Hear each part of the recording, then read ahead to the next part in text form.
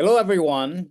Welcome to my February update. My name is Jeff Halper, and I'm the director of the Israeli Committee Against House Demolitions. And this is our monthly update in terms of what's happening in Palestine and Israel, and in particular, what we have to do as supporters of Palestinian rights in the international community in order to try to finally achieve a political resolution to all of this. In ICAHD, while we engage in resistance on the ground, we rebuild demolished homes, we work in solidarity with our Palestinian partners on the ground all the time, and we go abroad and we speak and we work with other organizations abroad that are working for Palestinian rights. We all understand that in the end, protest, even resistance, education, lobbying, BDS, while these are all crucial elements, do not replace a political resolution of this. This is a political issue. Even the ICJ's ruling, and as much as we're excited about the fact that finally the world's court has recognized plausible genocide on the part of Israel, and international law is now helping us to promote our political activities, that's not going to resolve the issue either. It has to be a political resolution, and that's always been ICAHD's focus. And that's what I want to talk to you about today, because as we're focused, as we should be, obviously, on Gaza and Israel's genocidal assault on Gaza, the destruction of Gaza and its people, in many ways, a much bigger political situation is developing that we're less focused on, but I think is really crucial. Gaza is a human tragedy. In political terms, it's not as important as the West Bank and as the wider issue, the geopolitical issue of Israel's place in the wider Middle East, what we've been talking about as normalization between Israel and the Arab governments. And don't forget, Netanyahu, just before October 7th, got up at the UN with a map of a greater Israel that included all the occupied territories, and said, we are on the cusp of signing an agreement with Saudi Arabia to normalize, and this is the new Middle East. And that, in fact, in my view, and I think it's, and I found substantiating information on this, that was part of the calculation behind the Hamas attack of October 7th. In other words, had this actually gone through, maybe that very week, this normalization between Israel and Saudi Arabia, that would have erased the Palestinian people as political actors. That was part of the point of it. It was, let's get on to the bigger issues in the Middle East, and this pesky Palestinian issue we don't have to deal with. They'll be at the end. Netanyahu said this in the United Nations. First, we'll deal with the bigger Middle Eastern issues, we'll normalize, and then at the end, the Palestinians will basically accept anything that we give them, any crumbs we give them. And you know, criticize terrorism as you will, that attack stopped this normalization process in its tracks.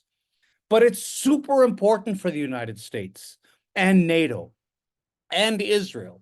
And this is the political agenda that Biden is moving forward. And this is what I want to talk about today, because this is the biggest danger to the Palestinians, I think, that's emerged for many, many, many years.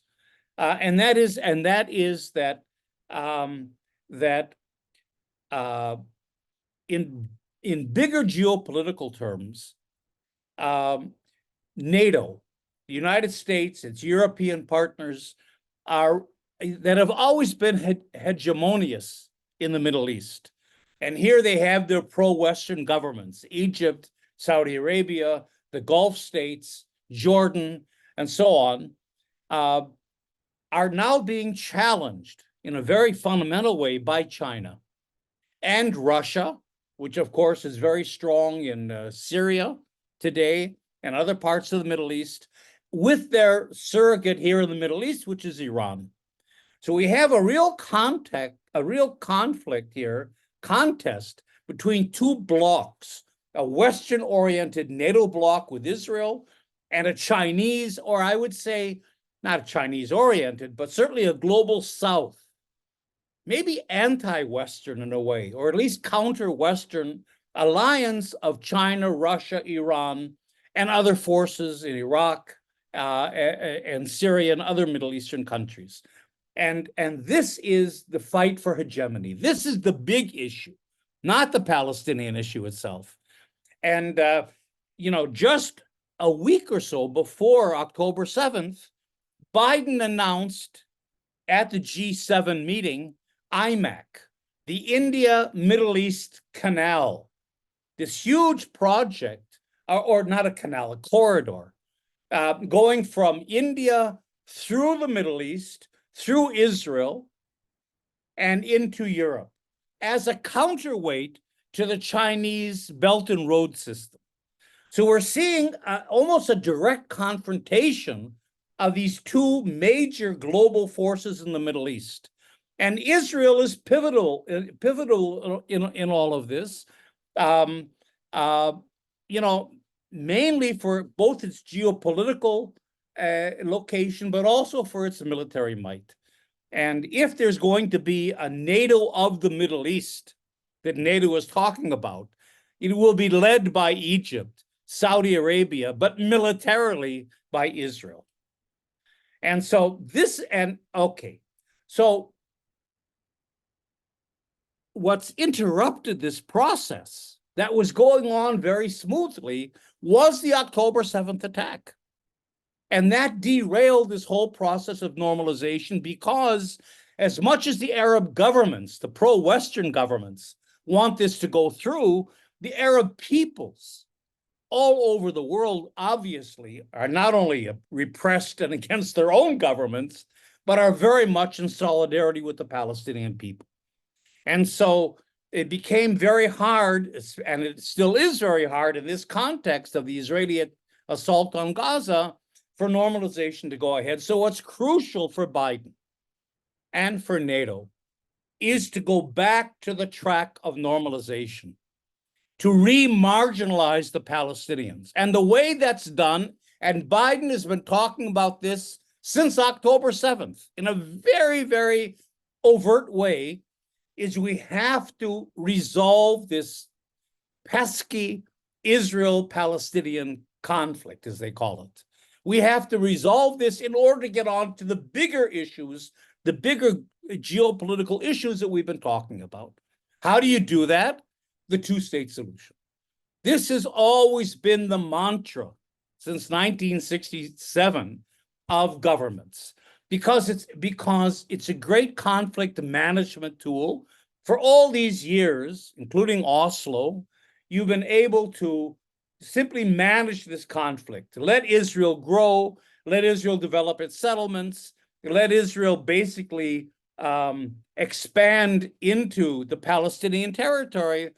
But by keeping this promise of negotiations and a future Palestinian state, and yes, we're all committed to Palestinian rights, the international community has been able to avoid expending the political capital to actually resolve this conflict in a way that gives Palestinians their national rights, that is in direct opposition to Israel. And since Israel is their main ally, they're not going to give Palestinians their rights. They're going to do whatever Israel is going to define what the two-state solution means, because they need Israel much more than they need the Palestinians in this transactional world of international politics that we live in. So what's coming down the pipeline? Tom Friedman wrote about this a couple of days ago in the New York Times, what he calls the Biden doctrine, is the imposition. We're not talking about another Oslo process. We're not talking about negotiations that go on forever. We're talking about the United States imposing on the Palestinians an apartheid two-state solution. Now, we in ICAHD have never been against the two-state solution. In fact, as we know, the two-state solution was accepted by the PLO already in 1988. It was kind of the basis of the Oslo negotiations, so that you could make a case that an actual genuine two-state solution could work. In other words, a Palestinian state, small as it is, it's not just because the Palestinians, of course, are the indigenous population. There's 14 million Palestinians, but they would be confined to the occupied territory, which is only 22% of Palestine. Nonetheless, they would have borders with Arab countries and Israel. They would have a seaport in the Mediterranean through Gaza. Refugees would be able to return, so that you could make a case that the two-state solution could work.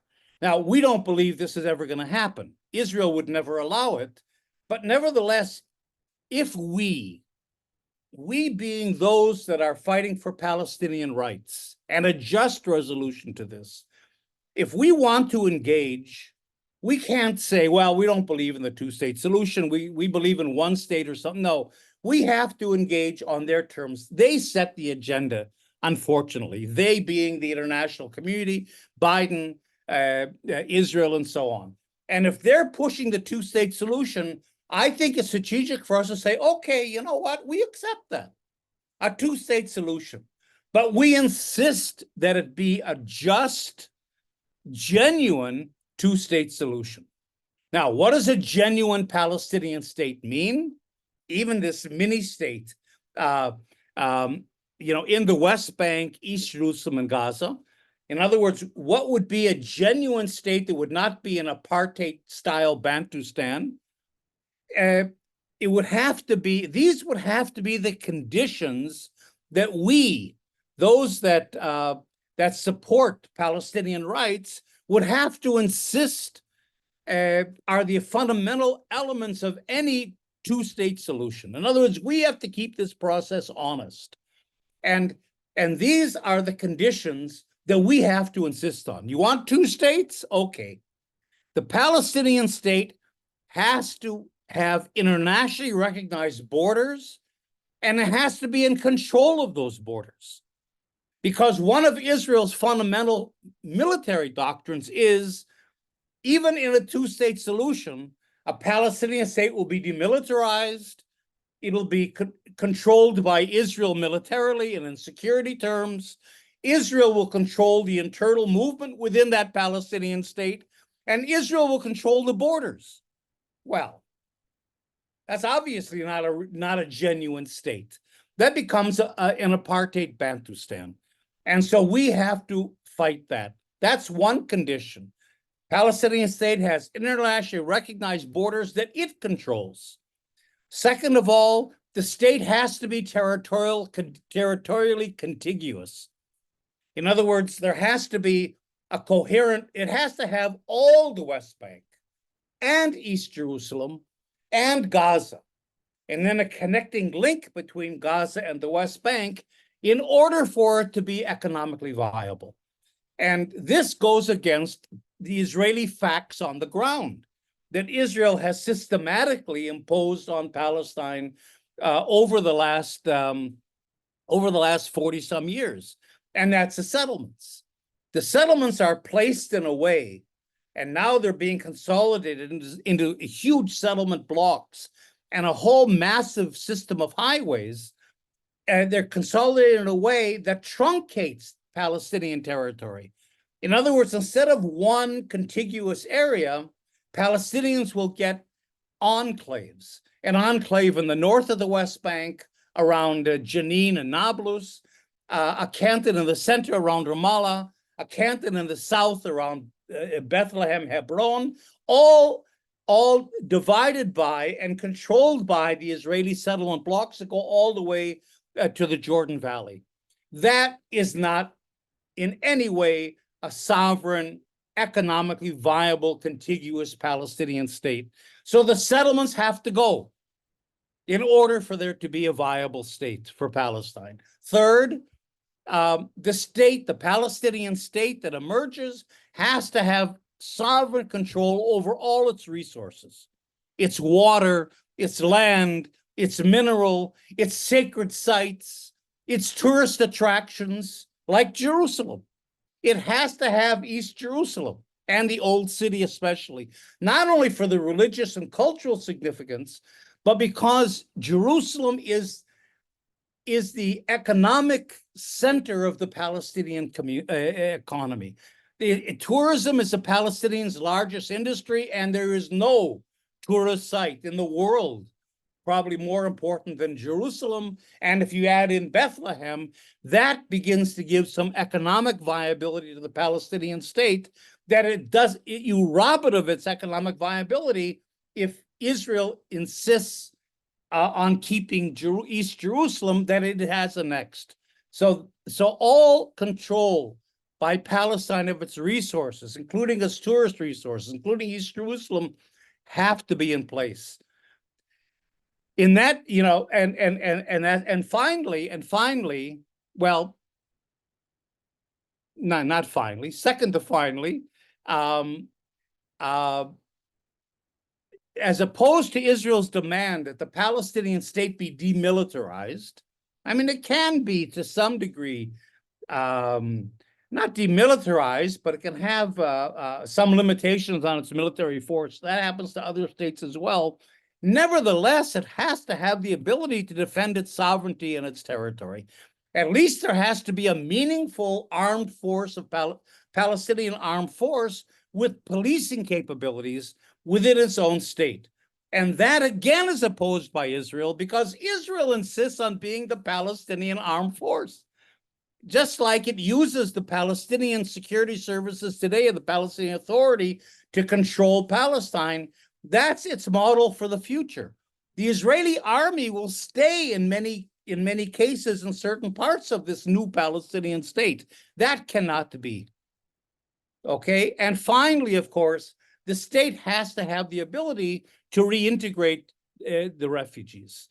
So what ICAHD is trying to develop now, and we want to reach out to our partners all over the world, and this is, I think, is crucial, and this is why I'm calling on all of you to help us and support us in this. This is the political call of the moment, and that is a call to mobilize around a campaign against two-state apartheid.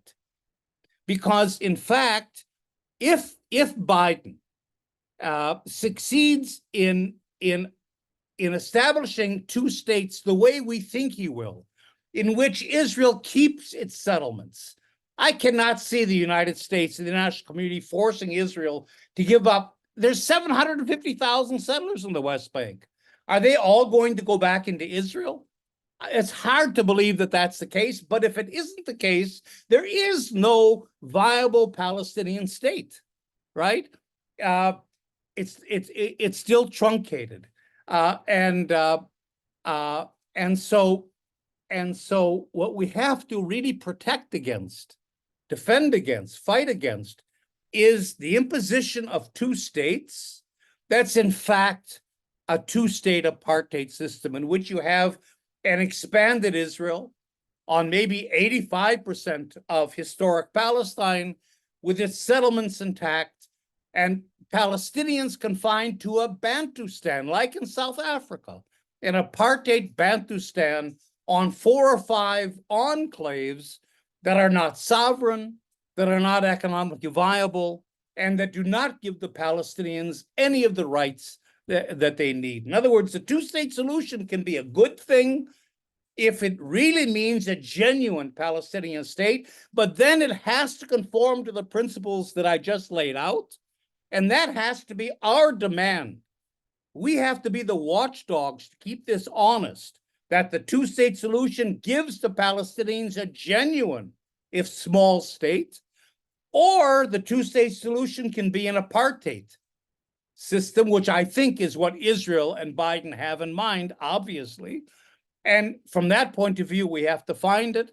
And once, I believe, finally, we show that the two-state solution is not in the cards, that it cannot be anything more than a vehicle for imposing apartheid on the Palestinians, then we can go on to thinking about more just and doable solutions like the one that ICAHD supports, which is one democratic state for everyone. Right now, we're getting pushback. No, the two-state solution is still alive. Governments are saying that. Even most Palestinian support groups still support the two-state solution. Certainly those in Israel, the Palestinian Authority still supports a two-state solution. So until we get past that, we're stuck. We can't advocate for something more just like one state. And so we have to engage in that two-state process. And again, in this campaign against two-state apartheid, we, with the Palestinians, have to define the parameters of what a genuine, sovereign, viable Palestinian state would look like. These are the elements, and then assert ourselves with this campaign and assure that our governments do not agree to any two-state solution that does not include these elements. So that's my word of the month. We're really working on this, and it's crucial because Biden, he's going to make a declaration maybe this week about this, but this is coming down in the next couple months.